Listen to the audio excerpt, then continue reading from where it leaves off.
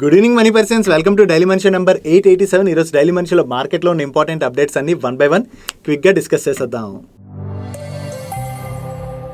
ముందుగా market update చూసినట్లయితే ఈ రోజు సెషన్ లో both Sensex and Nifty almost flat గా క్లోజ్ అయ్యాయి. చివరికి ఈ రోజు సెషన్ లో సెన్సెక్స్ 4 పాయింట్స్ కరెక్ట్ అయ్యి 82,555 పాయింట్స్ కి క్లోజ్ అయినట్లయితే నిఫ్టీ జస్ట్ 1 పాయింట్ పెరిగి 25,279 పాయింట్స్ కి క్లోజ్ అయింది. అండ్ ఈ రోజు సెషన్ లో మిడ్ క్యాప్ ఇండెక్స్ 0.28% పెరిగినట్లయితే స్మాల్ క్యాప్ ఇండెక్స్ 0.53% పెరిగింది అండ్ బ్యాంక్ నిఫ్టీ 0.49% పెరిగింది. నెక్స్ట్ రైమండ్స్ కంపెనీ త్వరలోనే 3 లిస్టెడ్ ఎంటిటీస్ గా మారబోతున్నట్లుగా ఎకనామిక్ టైమ్స్ లో ఒక న్యూస్ ఆర్టికల్ వచ్చింది. దీనికి రైమండ్స్ వాళ్ళు క్లారిఫికేషన్ రిలీజ్ చేస్తూ వీళ్ళు ఆల్రెడీ రైమండ్స్ నుంచి వీళ్ళ లైఫ్ స్టైల్ బిజినెస్ ని డీమర్జ్ చేసేసారు కదా.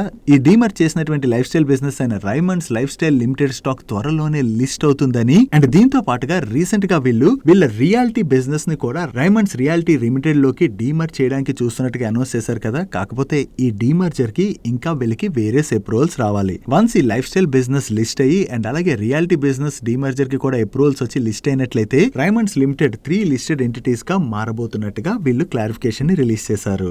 రైమండ్స్ లైఫ్ స్టైల్ బిజినెస్ త్వరలో లిస్ట్ అవబోతుంది కదా, దాని గురించి కొంత ఇంట్రెస్టింగ్ డేటా ఉన్నది. ఈ Raymonds life style limited related గా ఉన్నటువంటి అనలిస్ట్ ప్రెజెంటేషన్ ని చూసినట్లయితే వీళ్ళ 3 ప్రాంగ్డ్ స్ట్రాటజీ అప్రోచ్ ని మీరు ఇక్కడ స్క్రీన్ పై చూడొచ్చు. అండ్ లాస్ట్ ఫ్యూ ఇయర్స్ గా చూసినట్లయితే మన కంట్రీలోని వెడ్డింగ్ వేర్ సెగ్మెంట్ చాలా స్ట్రాంగ్ గా గ్రో అవుతున్నది కదా. సో 2027 నాటికి వీళ్ళు మెన్స్ వెడ్డింగ్ వేర్ మార్కెట్ లోని 6 to 7% మార్కెట్ షేర్ అయితే పొందడానికి చూస్తున్నామని, సో ఈ బిజినెస్ ని వీళ్ళు 15% సిఆర్జీఆర్ లోని గ్రో చేయాలని చెప్పి టార్గెట్ గా పెట్టుకున్నట్టుగా షేర్ చేస్తున్నారు. అండ్ దీంతో పాటుగా వీళ్ళ retail segment and branded textile segment ని కూడా చాలా ఫాస్ట్ గా గ్రో చేయడానికి చూస్తున్నామని, దీంతో వీళ్ళ రెవెన్యూ సస్టైనబుల్ గా 12 to 15% గ్రో అయ్యేటువంటి అవకాశం ఉన్నదని అండ్ 2028 కల్లా వీళ్ళ ఎబిటాని ఆల్మోస్ట్ డబల్ చేయడానికి టార్గెట్ గా పెట్టుకున్నట్లుగా and 600 to 700 crores annual free cash generation related గా కూడా వీళ్ళు వర్క్ చేయబోతున్నట్టుగా గైడెన్స్ ని షేర్ చేయడం జరిగింది.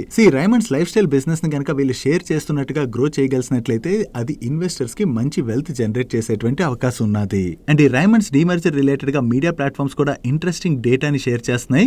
రైమండ్స్ డీమర్జర్ కి ముందు షేర్ ప్రైస్ 3,156 రూపీస్ ఉండేది కదా. ఈ లైఫ్ స్టైల్ బిజినెస్ డీమర్జర్ తర్వాత రైమండ్స్ షేర్ ప్రైస్ 1,906 రూపీస్ కి అడ్జస్ట్ అయింది. అండ్ ప్రెసెంట్ మనం చూసినట్లయితే 2,100 రూపీస్ ఆర్డర్ ట్రేడ్ అవుతుంది. సో దీన్ని బట్టి క్యాల్కులేట్ చేసినట్లయితే వీళ్ళ లైఫ్ స్టైల్ బిజినెస్ షేర్ యొక్క బేస్ ప్రైస్ 1,250 రూపీస్ అంటే 1,250 రూపీస్ దగ్గరలో లిస్ట్ అవ్వాలి. కానీ ఈ life style business share 2,150 rupees లోని లిస్ట్ అయ్యేటువంటి అవకాశం ఉన్నదని చెప్పి వేరియస్ అనలిస్టులు అయితే వాల్యూ చేస్తున్నట్టుగా షేర్ చేస్తున్నారు. ఒకవేళ వీళ్ళు షేర్ చేస్తున్నట్టుగా రైమండ్స్ లైఫ్ స్టైల్ బిజినెస్ కనుక 2,150 రూపీస్ దగ్గరలో కనుక లిస్ట్ అయినట్లయితే ఈ డీమర్జర్ లో ఎవరైతే పార్టిసిపేట్ చేస్తుంటారో వాళ్ళైతే మంచి బెనిఫిట్ పొందబోతున్నట్టుగా మనం అర్థం చేసుకోవచ్చు. త్వరలోని ఈ స్టాక్ అయితే లిస్ట్ అవబోతుంది కదా, సో ఏ ప్రైస్ లో లిస్ట్ అవబోతుంది అన్నది మనం చూడాలి. నెక్స్ట్ ఈ రోజు సెషన్ లో షిప్పింగ్ కంపెనీస్ అయినటువంటి Mazagon dock and Garden Reach ship builder stocks లోని చాలా పాజిటివ్ మూమెంటం కనపడింది కదా. దీనికి రీజన్ మన defence ministry mega warship and battle tank projects procurement related గా 1 lakh crores అప్రూవ్ చేసేటువంటి అవకాశం ఉన్నదని చెప్పి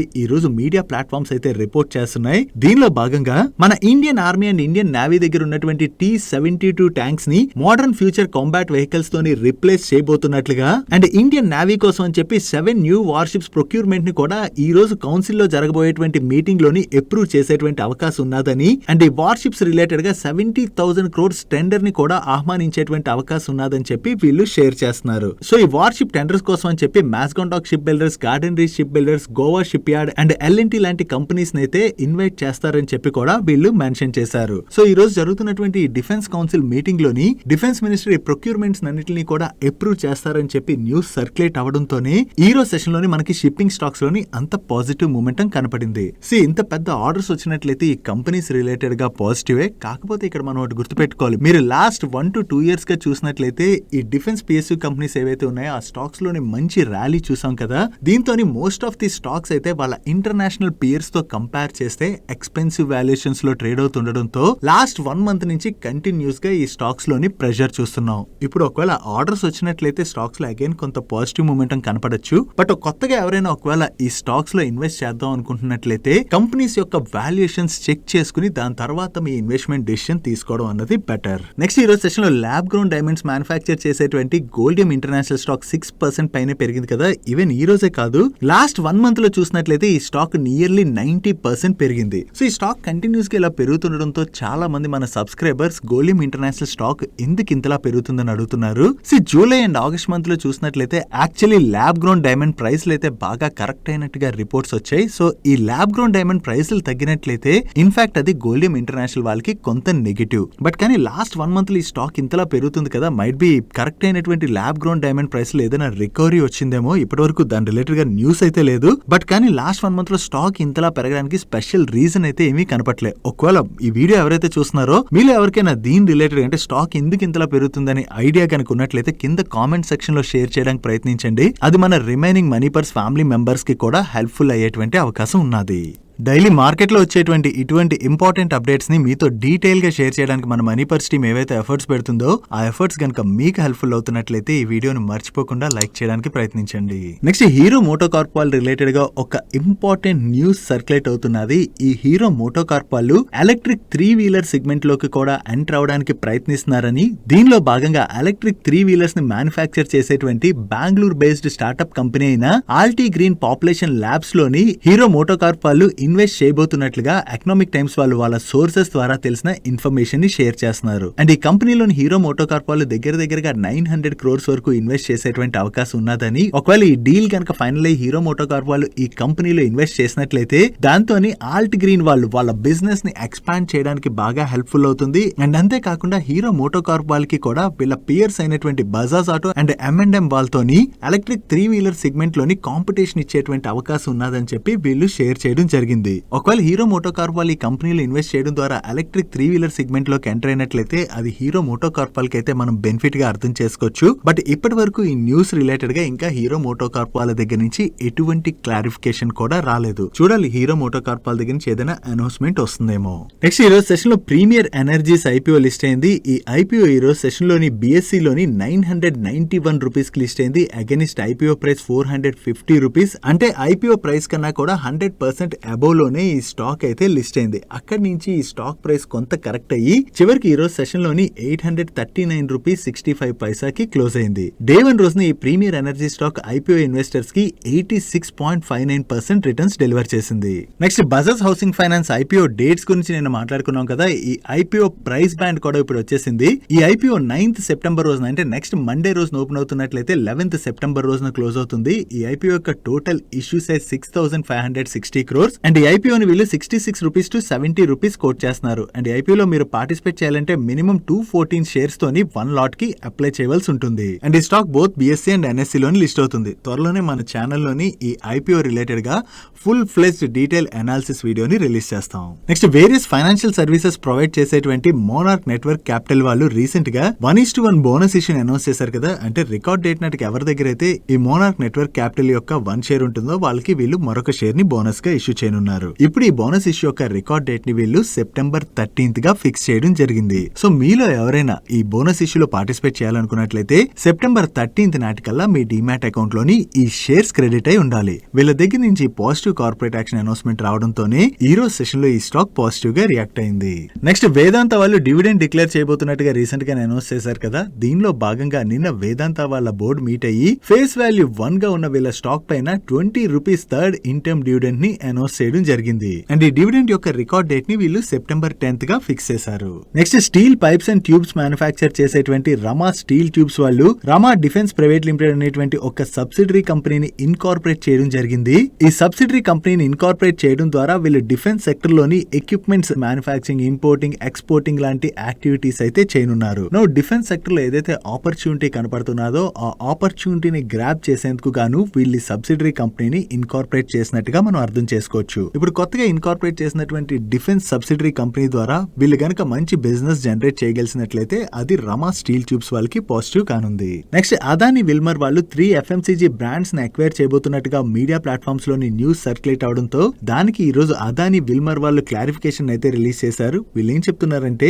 వీళ్ళ business expansion and growth plan లో భాగంగా వేరియస్ స్ట్రాటజిక్ ఆపర్చునిటీస్ అయితే వీళ్ళు ఇవాల్యుయేట్ చేస్తున్నామని, బట్ ఇప్పటి వరకు ఎక్స్చేంజెస్ కి ఇంటిమేట్ చేసేటువంటి ఎటువంటి డీల్ కూడా ఫైనలైజ్ కాలేదు. ఒకవేళ ఏదైనా డీల్ కనుక ఫైనలైజ్ అయినట్లయితే వీళ్ళు ఎక్స్చేంజెస్ కి అయితే అప్డేట్ చేస్తామని షేర్ చేస్తున్నారు. సో వీళ్ళు ఈ బిజినెస్ గ్రోత్ లో భాగంగా వేరియస్ ఎక్విజిషన్స్ రిలేటెడ్ గా అయితే చూస్తున్నట్టున్నారు. చూడాలి త్వరలో వీళ్ళ దగ్గర నుంచి ఏదైనా ఎక్విజిషన్ రిలేటెడ్ గా అనౌన్స్మెంట్ వస్తుందేమో. నెక్స్ట్ కే ఫిన్టెక్ వాళ్ళు వెల్త్ మేనేజ్మెంట్ ఇండస్ట్రీ కోసం ఎంపవర్ అనేటువంటి వెల్త్ ప్లాట్ఫామ్ ని లాంచ్ చేశారు. ఈ platform front, mid and back office operations అన్నిటిని కూడా ఇంటిగ్రేట్ చేయడం ద్వారా క్లయింట్ యొక్క ఎక్స్పీరియన్స్ ని ఇంప్రూవ్ చేయడానికి వెల్త్ మేనేజర్స్ కి హెల్ప్ఫుల్ అవబోతున్నట్లుగా వీళ్ళు షేర్ చేస్తున్నారు. Actually globally wealth management industry చాలా స్ట్రాంగ్ గా గ్రో అవుతుంది కదా. సో ఇండస్ట్రీ యొక్క నీడ్స్ ని అడ్రస్ చేసేందుకు గాను వీళ్ళు లాంచ్ చేసినటువంటి ఈ ఎంపవర్ వెల్త్ ప్లాట్ఫామ్ ఏదైతే ఉన్నదో ఆ ప్లాట్ఫామ్ కి మార్కెట్ లో గనక మంచి యాక్సెప్టెన్స్ వచ్చినట్లయితే అది కే ఫిన్టెక్ వాళ్ళకి పాజిటివ్ కానుంది. నెక్స్ట్ బంగ్లాదేశ్ క్రైసిస్ గురించి మనం అందరం ప్రీవియస్ గానే మాట్లాడుకున్నాం కదా.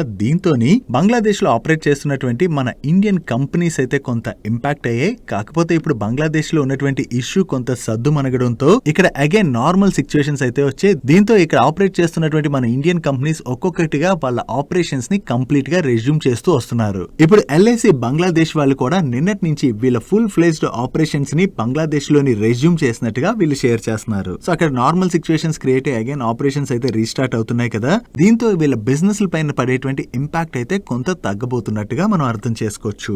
నెక్స్ట్ లాస్ట్ ఫ్యూ ఇయర్స్ గా చూసినట్లయితే ఐపీఓస్ రిలేటెడ్ గా మార్కెట్ లోని చాలా స్ట్రాంగ్ బజ్ కనబడుతుంది కదా. దీనికి రీజన్ ఏంటంటే చాలా ఐపీఓస్ లిస్టింగ్ టైమ్ లోని బెటర్ రిటర్న్స్ డెలివర్ చేస్తుండడంతో ఐపీఓస్ రిలేటెడ్ గా రీటైల్ ఇన్వెస్టర్స్ లో అయితే చాలా ఎక్కువ ఇంట్రెస్ట్ కనపడుతున్నది. అండ్ సెబీ ఐపీఓస్ రిలేటెడ్ గా ఇప్పుడు ఒక స్టడీని అయితే రిలీజ్ చేయడం జరిగింది. దీనిలో సెబీ ఏం షేర్ చేస్తుందంటే ఈ ఐపీఓస్ లోని ఎవరైతే ఇన్వెస్ట్ చేస్తుంటారో దీనిలోని మోస్ట్ ఆఫ్ ది ఇన్వెస్టర్స్ అయితే స్టాక్ వన్స్ లిస్ట్ అవుతుంది కదా, ఈ లిస్ట్ అయినటువంటి 1 వీక్ లోనే సెల్ చేసేస్తున్నారని. అండ్ అంతేకాకుండా ఈ ఐపీఓస్ లో ఇన్వెస్ట్ చేసినటువంటి ఇన్వెస్టర్స్ లోని 70% of the investors with in a year లోనే ఆ స్టాక్స్ ని సెల్ చేస్తున్నట్టుగా వీళ్ళు షేర్ చేస్తున్నారు. యాక్చువల్లీ 2021 ఏప్రిల్ నుంచి 2023 డిసెంబర్ మధ్యన లిస్ట్ అయినటువంటి 144 ఐపీఓస్ రిలేటెడ్ గా సెబీ దగ్గర ఉన్నటువంటి డేటాని స్టడీ చేసి వీళ్ళు రిపోర్ట్ అయితే రిలీజ్ చేశారు.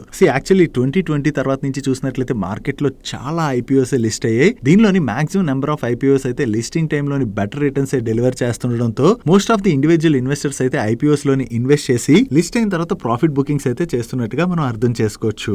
నెక్స్ట్ త్వరలో జరగబోయేటువంటి జీఎస్టీ కౌన్సిల్ మీటింగ్ లోని కొన్ని కంపెనీస్ కి అయితే జీఎస్టీ కౌన్సిల్ రిలీఫ్ ఇచ్చేటువంటి అవకాశం ఉన్నదని చెప్పి సిఎన్బిసి వాళ్ళు వాళ్ళ సోర్సెస్ ద్వారా తెలిసిన ఇన్ఫర్మేషన్ షేర్ చేస్తున్నారు. దీనిలో ముందుగా ఇన్ఫోసిస్ వాళ్ళకి రీసెంట్ గానే జీఎస్టీ కౌన్సిల్ నుంచి 32,000 crores worth tax demand notice అయితే వచ్చింది కదా. దీనికి ఆ టైంలో ఇన్ఫోసిస్ వాళ్ళు కూడా రెస్పాండ్ అవుతూ దీన్నైతే వీళ్ళు ట్రిబ్యునల్ లో అపీల్ చేసుకోబోతున్నట్టుగా షేర్ చేయడం జరిగింది. ఇప్పుడు జీఎస్టీ కౌన్సిల్ ఈ ఇష్యూ రిలేటెడ్ గా ఆల్రెడీ డిస్కస్ చేసిందని అండ్ ఇన్ఫోసిస్ వాళ్ళకి ట్యాక్స్ డిమాండ్ రిలేటెడ్ గా రిలీఫ్ ఇచ్చేటువంటి అవకాశం ఉందని చెప్పి సిఎన్బిసి వాళ్ళు షేర్ చేస్తున్నారు. అండ్ వీళ్ళతో పాటుగా FMCG companies like ITC, PepsiCo, Haldiram's లాంటి కంపెనీస్ కి డీజీజీఏ నోటీసెస్ వచ్చాయి కదా. వీటిపైన కూడా జీఎస్టీ కౌన్సిల్ అయితే డిస్కస్ చేసిందని అండ్ ఈ స్నాక్స్ అండ్ నమ్కిన్ సెగ్మెంట్ లో ఆపరేట్ చేసేటువంటి కంపెనీస్ కి కూడా జీఎస్టీ కౌన్సిల్ రిలీఫ్ ఇచ్చేటువంటి అవకాశం ఉందని చెప్పి వీళ్ళు షేర్ చేస్తున్నారు. ఒకవేళ జీఎస్టీ కౌన్సిల్ కనుక ఎఫ్ఎంసీజీ సెక్టర్ కి కూడా ఈ రిలీఫ్ ని ప్రకటించినట్లయితే ఈ ఎఫ్ఎంసీజీ సెక్టర్ లో ఆపరేట్ చేసేటువంటి కంపెనీస్ అన్నిటికీ కూడా బెనిఫిట్ అవబోతున్నట్టుగా మనం అర్థం చేసుకోవచ్చు. నెక్స్ట్ అదానీ గ్రీన్ వాళ్ళతో కలిపి టోటల్ ఎనర్జీస్ వాళ్ళు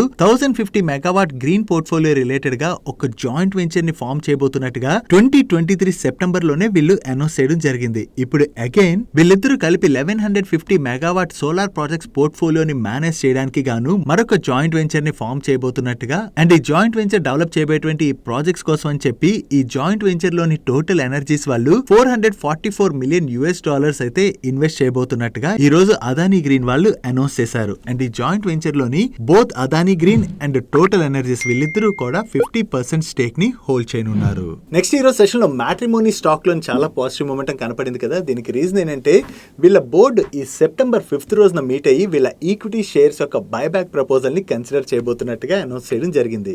సో వీళ్ళు ఏ రూట్ లో బైబ్యాక్ చేస్తారు అండ్ ఏ ప్రైస్ కి బైబ్యాక్ చేస్తారు అన్నది మనం చూడాలి. వీళ్ళ దగ్గర నుంచి పాజిటివ్ కార్పొరేట్ యాక్షన్ అనౌన్స్మెంట్ రావడంతోనే ఈ రోజు సెషన్ లోని స్టాక్ లో పాజిటివ్ మొమెంటం చూసాం. నెక్స్ట్ డిఫెన్స్ పిఎస్యూ కంపెనీ అయినటువంటి హిందుస్థాన్ ఏరోనాటిక్స్ లిమిటెడ్ వాళ్ళ రిలేటెడ్ గా ఒక పాజిటివ్ అప్డేట్ ఉన్నది. ఇండియన్ ఎయిర్ ఫోర్స్ కోసం SU-30 MK ఎయిర్ క్రాఫ్ట్స్ కి 240 ఏరో ఇంజిన్స్ ని ప్రొక్యూర్ చేయడానికి మన క్యాబినెట్ అప్రూవ్ చేయడం జరిగింది. అండ్ ఈ order value approximately 26,000 crores. And ఈ ఆర్డర్ ఎగ్జిక్యూషన్ ని వీళ్ళు 1 year తర్వాత స్టార్ట్ చేసి 8 years లోపు కంప్లీట్ చేయవలసి ఉన్నది. సో వీళ్ళకి ఇంత మంచి ఆర్డర్ వస్తుందన్న అప్డేట్ తోనే ఈ రోజు సెషన్ లో హిందుస్థాన్ ఏరోనాటిక్స్ లిమిటెడ్ స్టాక్ లో పాజిటివ్ మొమెంటం కనపడింది. Next integrated electronics design and manufacturing చేసేటువంటి కెయిన్స్ టెక్నాలజీ వాళ్ళ రిలేటెడ్ గా ఒక పాజిటివ్ అప్డేట్ ఉన్నది. వీళ్ళు గుజరాత్ సనంద్లోని సెమీ కండక్టర్ యూనిట్ ని సెటప్ చేయబోతున్నట్టుగా ప్రీవియస్ గానే అనౌన్స్ చేశారు. నో ఈ యూనిట్ ని సెటప్ చేసేందుకు గాను వీళ్ళకి క్యాబినెట్ దగ్గర నుంచి అప్రూవల్ రావడం జరిగింది. సో మన క్యాబినెట్ నుంచి ఇప్పుడు అప్రూవల్ వచ్చేసింది కాబట్టి ఈ యూనిట్ సెటప్ ప్రొసీజర్ అనేది ముందుకు వెళ్ళనున్నది. దీనికోసం వీళ్ళు ఓవరాల్ గా 3,300 crores ఇన్వెస్ట్ చేయడం ద్వారా రోజుకి 60 చిప్ కెపాసిటీ యూనిట్ ని అయితే సెటప్ చేయనున్నారు. సో వీళ్ళ semi conductor unit setup related గా క్యాబినెట్ నుంచి అప్రూవల్ వచ్చిందన్న అప్డేట్ తోనే ఈ రోజు సెషన్ లో కెయిన్స్ టెక్నాలజీ స్టాక్ పాజిటివ్ గా రియాక్ట్ అయింది. Next solar EPC services offer చేసేటువంటి జెన్సాల్ ఇంజనీరింగ్ వాళ్ళు హైడ్రోజన్ ఇన్ఫ్రాస్ట్రక్చర్ డెవలపర్ అయినటువంటి matrix gas and renewable limited వాళ్ళతోని కొలాబరేషన్ లో భాగంగా మన ఇండియాలోనే ఫస్ట్ హైడ్రోజన్ ప్రాజెక్ట్ కి ఈపీసీ సర్వీసెస్ ఆఫర్ చేసేందుకు గాను వీళ్ళ కన్సోర్టియం L1 బిడ్డర్ గా సెలెక్ట్ అవడం జరిగింది. నో ఈ ప్రాజెక్ట్ ద్వారా వీళ్ళు 25 tons ఆఫ్ బయోవేస్ట్ ని 1 ton hydrogen per day convert చేయడానికి అయితే యూజ్ అవనున్నది. అండ్ ఈ total project cost 164 crores and దీన్ని 18 months లోని వీళ్ళు ఎగ్జిక్యూట్ చేయనున్నారు. సో ఈ హైడ్రోజన్ ప్రాజెక్ట్స్ కి వీళ్ళు ఈపీసీ సర్వీసెస్ ఆఫర్ చేసేందుకు గాను సెలెక్ట్ అయ్యారు కాబట్టి ఇది జెన్సాల్ ఇంజనీరింగ్ వాళ్ళ రిలేటెడ్ గా మనం పాజిటివ్ గా అర్థం చేసుకోవచ్చు. నెక్స్ట్ టాటా మోటార్స్ వాళ్ళ రిలేటెడ్ గా స్మాల్ నెగిటివ్ అప్డేట్ ఉన్నది. వీళ్ళకి జార్ఖండ్ అసిస్టెంట్ కమిషనర్ దగ్గర నుంచి వీళ్ళు పొందినటువంటి ఇన్పుట్ ట్యాక్స్ క్రెడిట్ పైన 2 crores పెనాల్టీ ఆర్డర్ అయితే వీళ్ళు రిసీవ్ చేసుకున్నారు. దీనివల్ల ప్రెసెంట్ అయితే వీళ్ళ ఫైనాన్షియల్స్ పైన ఎటువంటి ఇంపాక్ట్ ఉండదని, బట్ వీళ్ళు రిసీవ్ చేసుకున్నటువంటి ఆర్డర్ అయితే ప్రెసెంట్ వీళ్ళు కంప్లీట్ గా చెక్ చేస్తున్నాం. సో చెక్ చేసిన తర్వాత దీనికి అపీల్ అయితే ఫైల్ చేసుకోబోతున్నట్టుగా వీళ్ళు షేర్ చేస్తున్నారు. సో వీళ్ళు అపీల్ చేసుకున్నట్లయితే ఫైనల్ వర్డిక్ట్ ఏమొస్తుంది అన్నది మనం చూడాలి. That's it for today's daily munch. ఈ రోజు డైలీ మంచ్ లో మే షేర్ చేసే ఇన్ఫర్మేషన్ మీకు నచ్చినట్లయితే ఈ వీడియోని లైక్ చేయండి. అండ్ ఈ video me friends and family members helpful అవుతుంటే ఈ వీడియోని వాళ్ళకి షేర్ చేయండి. అండ్ మీరు ఇదే ఫస్ట్ టైం మన మనీ పర్స్ ఛానల్కి వచ్చి ఛానల్ ఇంకా సబ్స్క్రైబ్ చేయలేనట్లయితే ఇక్కడ ఉన్న ఛానల్ లోగో మీద క్లిక్ చేసి ఛానల్ సబ్స్క్రైబ్ చేసుకుంటూ పక్కన ఉన్న బెల్ ఐకాన్లోని ఆల్ నోటిఫికేషన్స్ యాక్టివేట్ చేసుకోండి. నేను చంద్రశేఖర్ పత్రి మరొక ఇంట్రెస్టింగ్ వీడియోతో కలుద్దాం. Good night.